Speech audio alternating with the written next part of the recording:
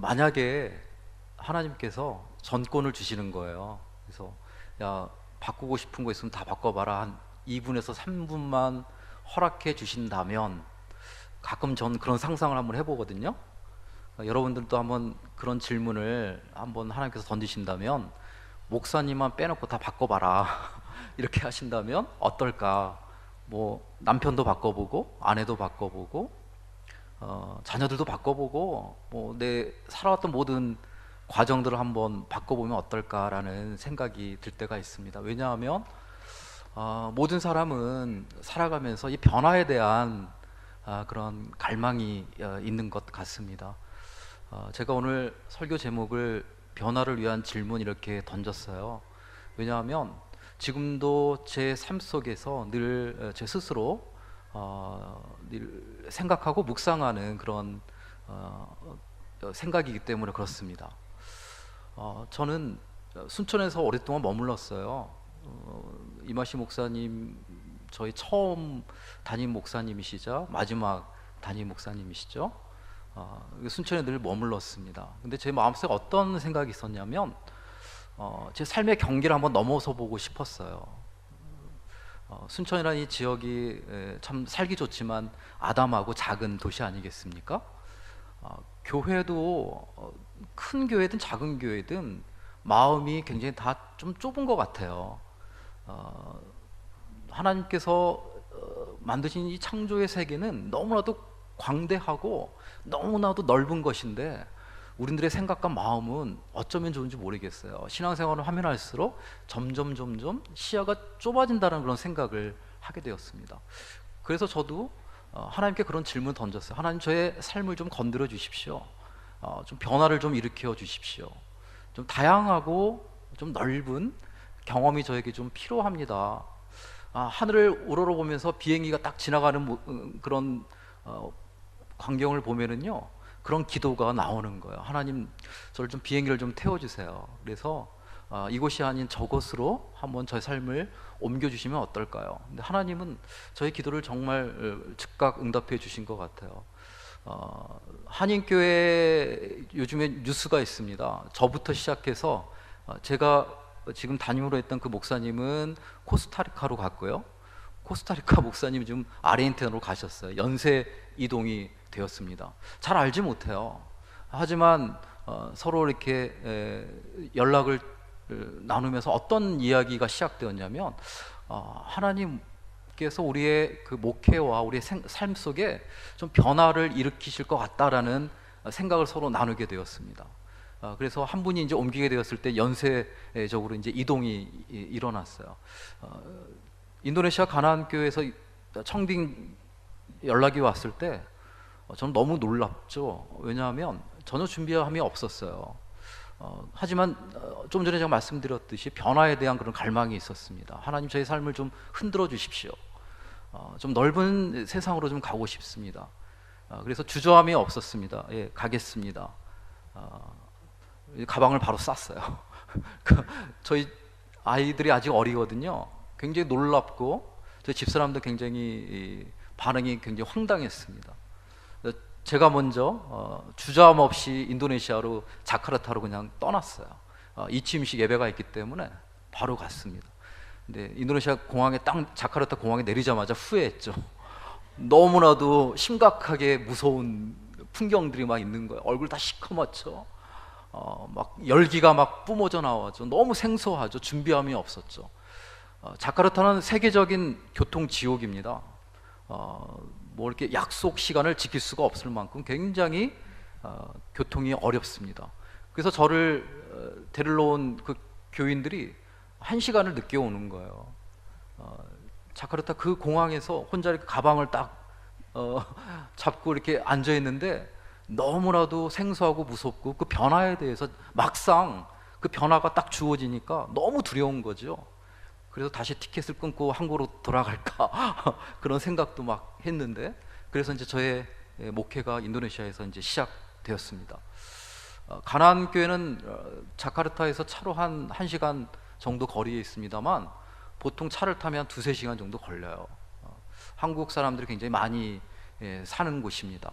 한국으로 치자면 뭐 분당, 성남과 굉장히 유사한 도시거든요. 그곳에 이제 저희 교회가 내년이 이제 20주년 되는 해입니다. 저희 교회는 굉장히 다양한 분들이 지금 모여서 예배를 드려요. 저는 순천 사람들만 상대했기 때문에 제 마음속에 그런 갈망이 있었어요. 좀 다양한 분들을 좀 만나고 싶다. 세상은 참 넓고 사람들은 많기 때문에. 그랬더니 진짜 하나님께서 기도를 들응답해 주셔서 교회 갔더니 정말 팔도에서 다 모였어요. 미국에서도 오고 과테말라, 뭐 베트남, 중국, 너무나도 다양한 교인들이 모여서 함께 공동체를 이루어 가고 있습니다. 너무나도 많은 일들이 있었어요. 사람들이 너무나도요 각박하면서도 한인교회 교인들이요 굉장히 강합니다. 굉장히 강해요. 강하고 그 다음에 뭐 너무나도 다양한 사람들이 모여있기 때문에 하나가 되기가 참 어려운 그런 조건들이 있어요. 그런데 하나님께서 몇 가지 일들을 통해서 이제 목회적으로 많은 것들을 배워가는 그런 과정 가운데 있습니다. 지금도 뭐 배우고 있습니다. 이렇게 변화에 대한 질문을 하나님께 제가 먼저 드렸는데 하나님께서 변화를 제 삶 속에 일으키신 것을 저는 경험했습니다. 그런데 성경에서 보면은요 하나님께서 우리의 삶 속에 변화를 일으키실 때는 늘 질문을 던지신 것을 우리가 보게 돼요. 아담이 범죄하면서 하나님의 얼굴을 피했습니다. 근데 하나님께서 질문을 던지셨어요. 아담아, 네가 어디 있느냐? 그 삶의 자리에 대해서 질문을 던지셨습니다. 네 손에 든 것이 뭐냐? 너희가 무엇을 보고 있느냐? 내가 너를 사랑하는 거 알고 있느냐? 네가 나를 사랑하느냐? 내가 너와 함께하는 것을 기억하지? 언제나 하나님께서는 하나님의 사람들의 삶을 흔드시고 변화를 일으키실 때는요 질문을 먼저 던지신다. 다시 말하면 우리의 삶의 변화가 시작되는 것은 하나님께서 변화를 앞두고 질문을 던지실 때 그 질문 앞에 어떻게 대답하느냐에 따라서 우리의 삶의 변화가 시작된다는 것을 우리가 보게 됩니다. 저도 지금도 많이 하나님의 그 질문을 제 안에서 많이 듣게 되는 것 같아요. 왜냐하면 저는 너무나도 궁금한 게 많거든요. 그리고 너무나도 많은 것들이 정말 지금도 하고 싶습니다. 제가 목회자의 삶이요 저 같은 경우에는 굉장히 단조로웠어요. 너무나도 단조로웠습니다. 뭐 만나는 사람 똑같죠. 하는 일을 똑같고요. 나누는 대화가 늘 제한적이었던 거예요. 아까 우리 이정호 목사님이 찬양 인도하시면서 굉장히 인상적인 뭐냐면 자유롭게 찬양하자. 근데 이 자유로움이라는 것이 사실 교회 안에서 구속받을 때가 참 많이 있지 않습니까? 참 교회는 작은 동네인 것 같아요. 하여튼 뭐든지 좀 작습니다. 그렇죠? 그러나 저는 그렇지 않은 것 같습니다. 하나님께서 우리를 향한 계획과 섭리는 너무나도 큰 것이다. 그러므로 하나님은 우리의 삶에 지금도 질문을 던지고 계시는 것 같습니다. 인도네시아는 인도 그 다음에 네시아의 합성어예요. 네시아는 섬이라는 것이고 앞에 인도는 아름답다, 경이롭다라는 그런 뜻을 가지고 있습니다. 아름다운 섬의 나라입니다. 세계에서 네 번째로 인구가 많아요. 한 2억 5천만 명 된다고 얘기를 들었습니다. 섬은 한 15,000개 정도로 추정하고 있는데 뭐 더 많은 것 같아요. 엄청나게 나라가 길쭉하게 넓습니다. 딱 적도에 길게 이렇게 있는 그런 모양을 가지고 있는 나라입니다. 굉장히 큰 나라죠. 뭐든지 이동을 하려면 비행기를 타야만 됩니다.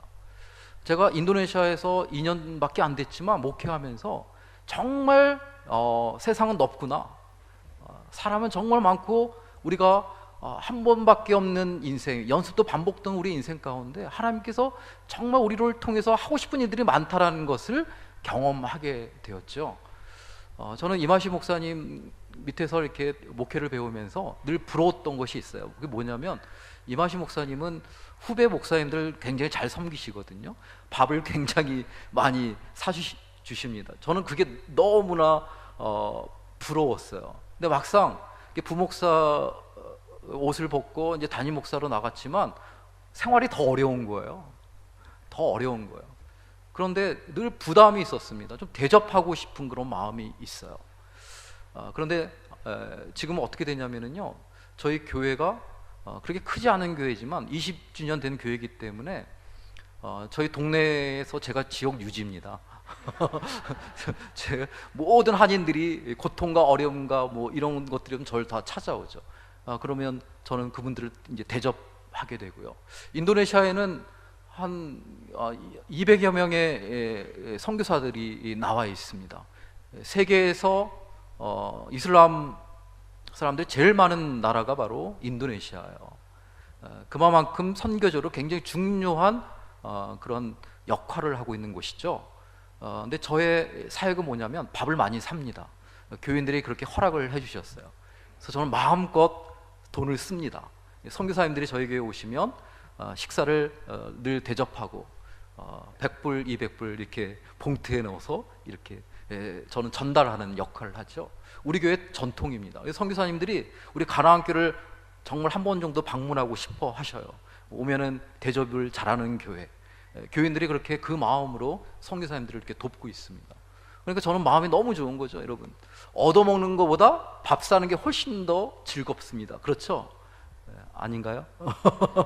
밥을 사면 너무너무 즐거운 거예요. 그러니까 선교사님들 오시면 제 방에 금고가 있어요.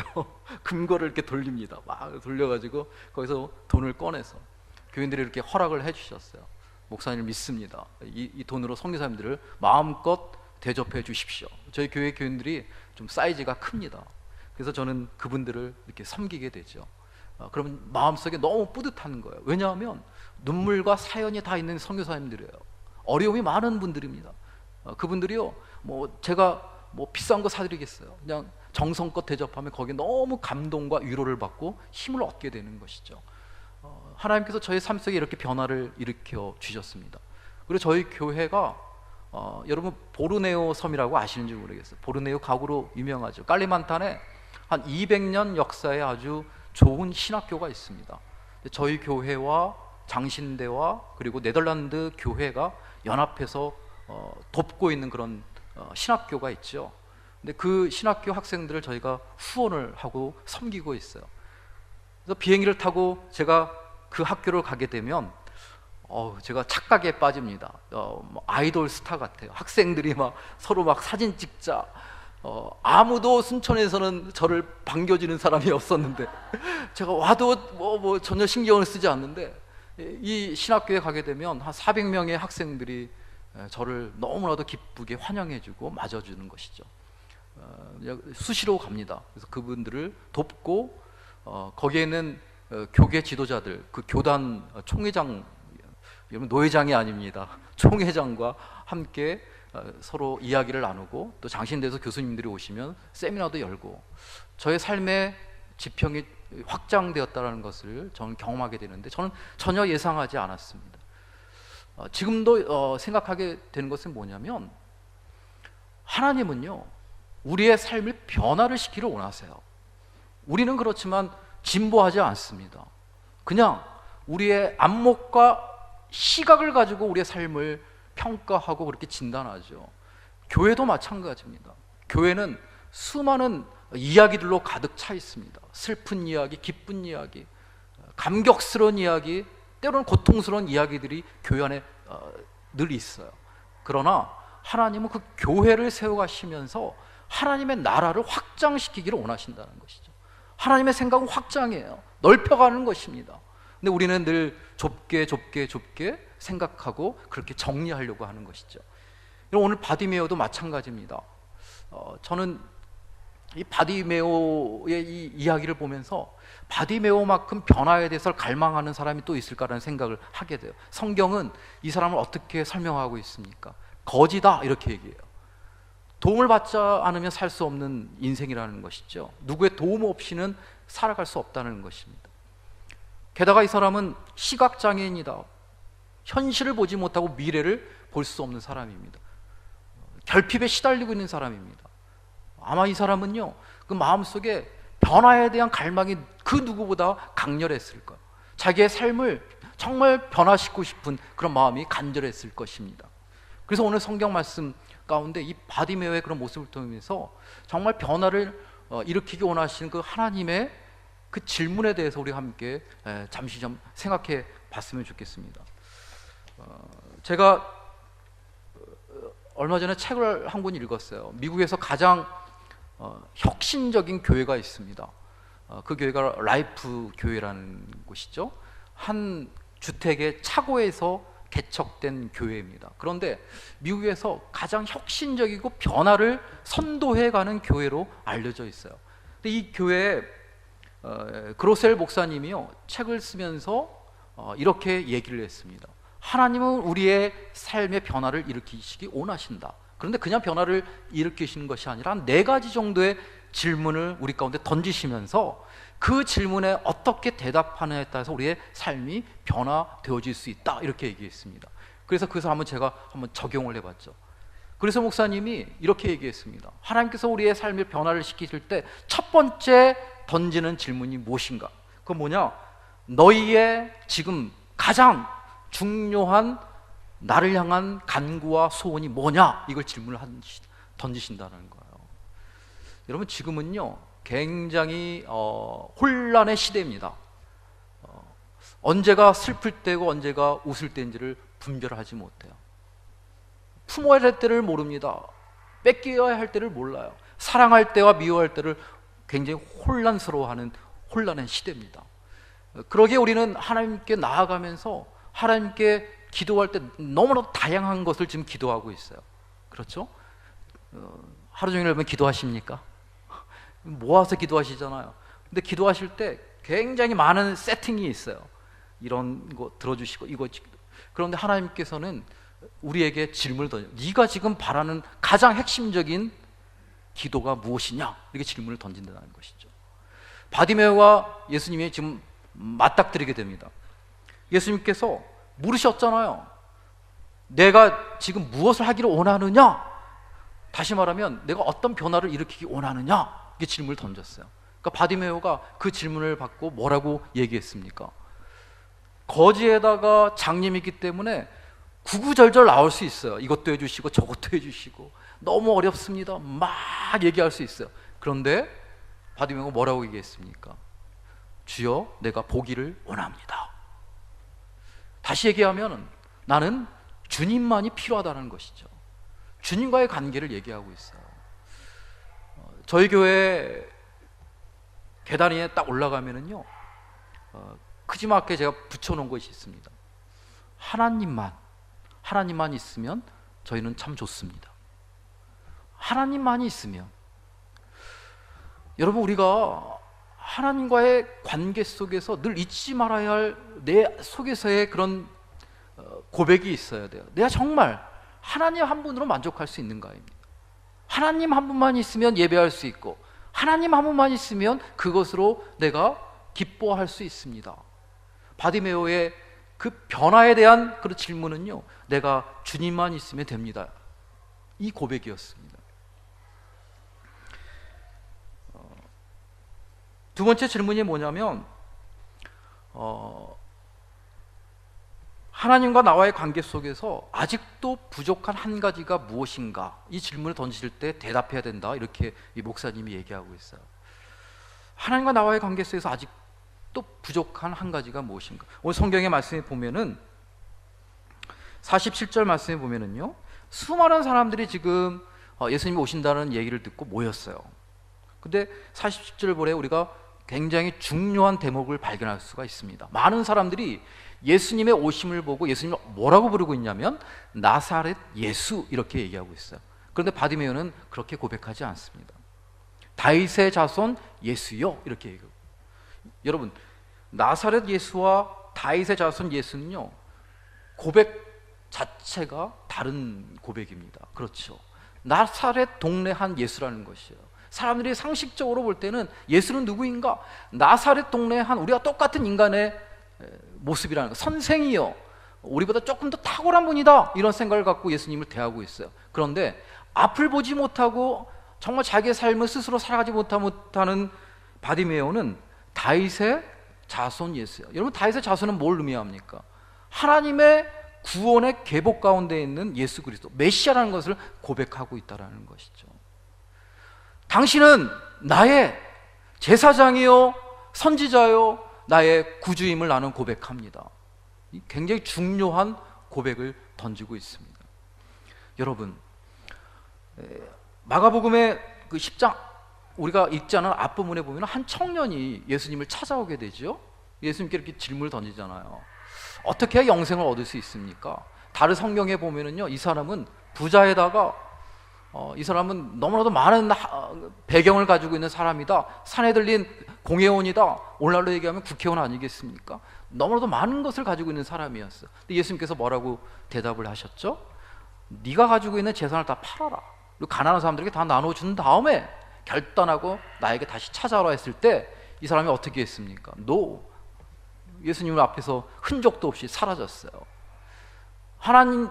예수님의 그 변화에 대한 질문을 던지게 되었을 때 이 사람은 그걸 받아들이지 못했습니다. 성경에 이 사람의 인생의 이야기가 더 이상 언급이 되지 않을 만큼 완전히 사라지고 말았어요. 가끔씩 저는 그런 생각을 하게 됩니다.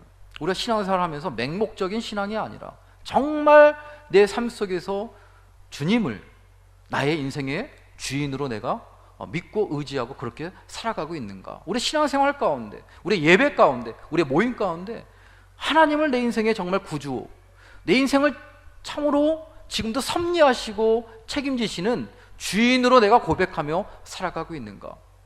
이것을 우리가 늘 대답할 수 있는 삶이 있어야 된다라고 이야기하고 있습니다. 그 다음에 뭐냐면은요, 변화를 위한 질문 세 번째는 뭐냐면 하나님께서 물으신다는 거예요. 우리를 바꾸실 때 네가 털어버리고 벗어야 될 것이 무엇인가에 대해서 물으신다. 여기에 대답을 해야 우리의 삶이 변화를 일으킬 수 있다라고 얘기하고 있습니다.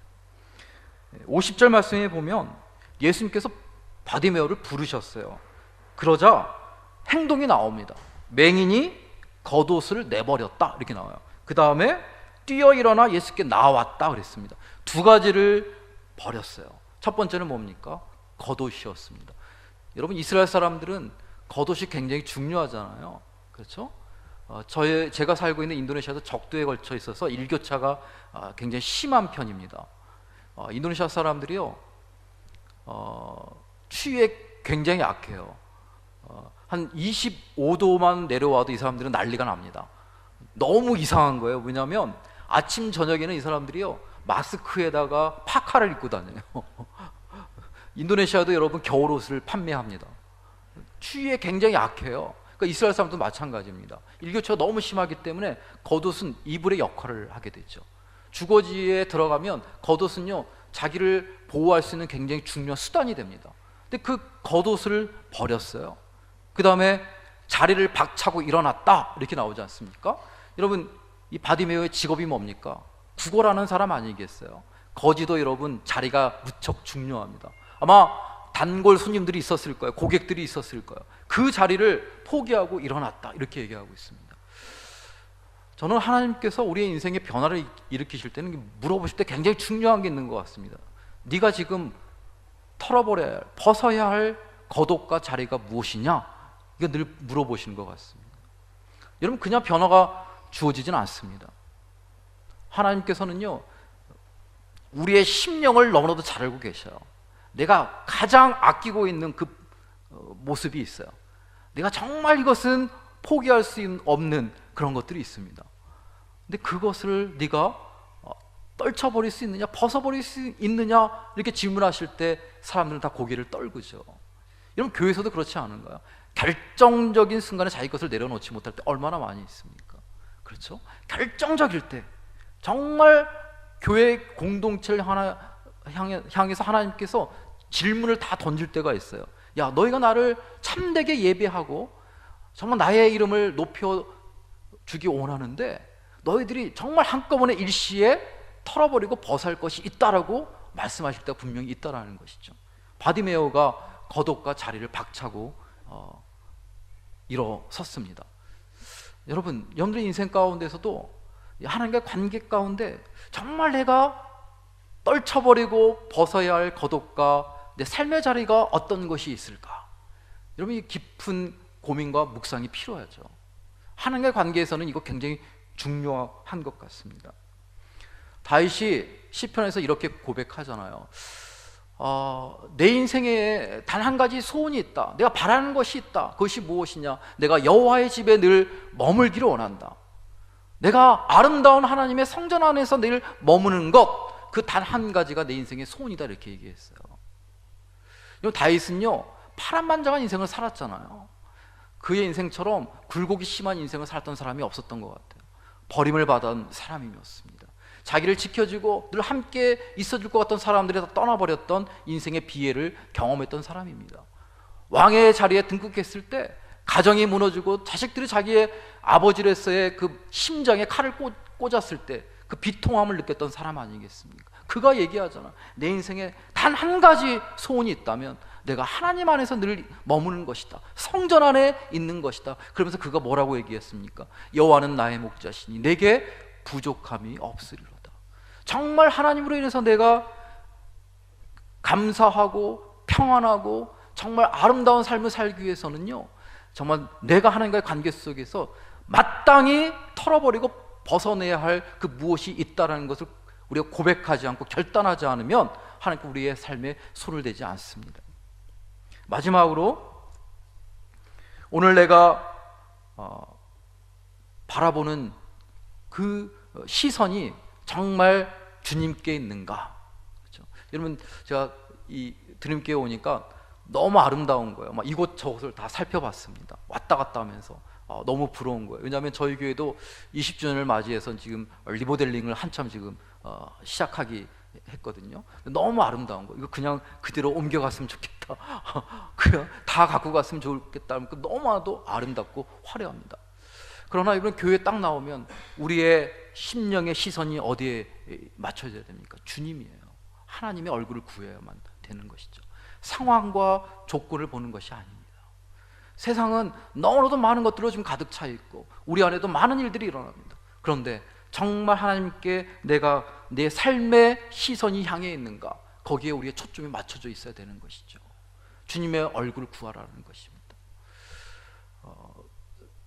제가 가나안교회 부임해서 굉장히 많이 울었어요. 제 눈이 좀 크잖아요. 굉장히 많이 울었습니다.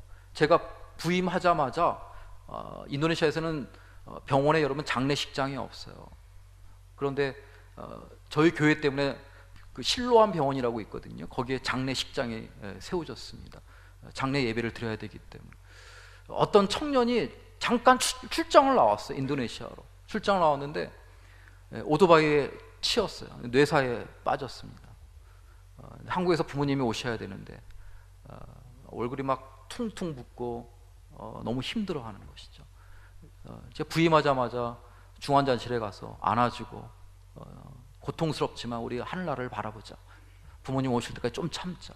부모님 딱 오시니까 숨을 거뒀습니다. 저는 그때부터 눈물의 목회가 시작됐어요. 한인들의 삶은 너무나도 위험한 요소들이 너무 많아요.